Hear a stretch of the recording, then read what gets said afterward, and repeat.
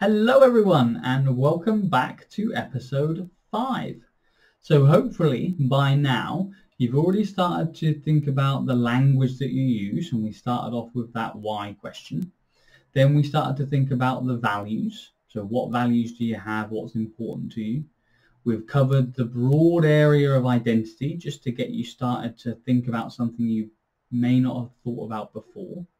We've given you an actual structural way of applying that, so a practical way that you can ask yourself and just check in with, are you doing the things that you want to be doing? And then today, we're just going to talk about basically goals and processes.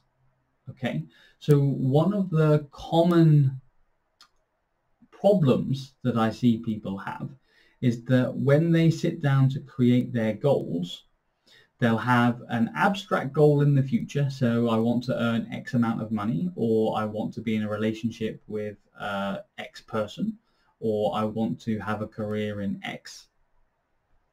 And then because they set their goal that way, it essentially sets them up to be in a position where they say, I'll be happy when I achieve X. Okay, so what that means is there's an awful lot of time, sometimes there's a big gap between when they start and when they set themselves up for actually being able to benefit from the rewards and the feelings and the joy that that brings. Okay, so when we have just that abstract goal and it's off in the future, then it doesn't give us opportunity to enjoy the journey. Okay, so if we were to start to think a little bit about adding in some processes, so rather than just goals or just processes, we sort of integrate them both together, what that will allow you to do is not only enjoy the journey, but also keep your eyes on that goal that you're going for. Okay, how do we do that? So first of all, the goal part is usually the thing that people have the easiest idea with. So you may have already a goal in mind, whether that's for you to feel a certain way, to do a certain thing, to achieve something, to be someone. But think about what's the actual goal that you can say, yes, I have achieved that. And we would cover this in a little bit more detail as well, but obviously we want to make these goals sort of achievable, so we use the SMART process. So is it specific? Is it measurable? Is it achievable? And can you make yourself accountable? Is it realistic? And is it relevant to the values that you have?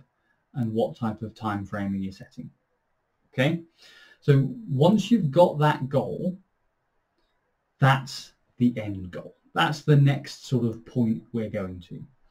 And from there, then I'm going to get you to ask, what are the processes? So what are the tasks or the actions that if you were to do day after day after day would lead you to that goal anyway?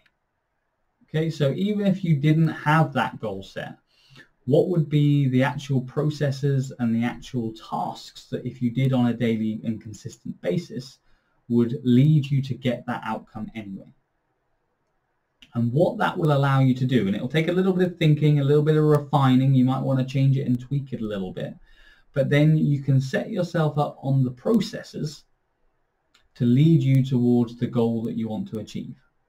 Okay, and what that will mean is that when you do the task or you do the action that will allow you to move closer to the goal, you can then enjoy the success and the achievement of being able to do that part.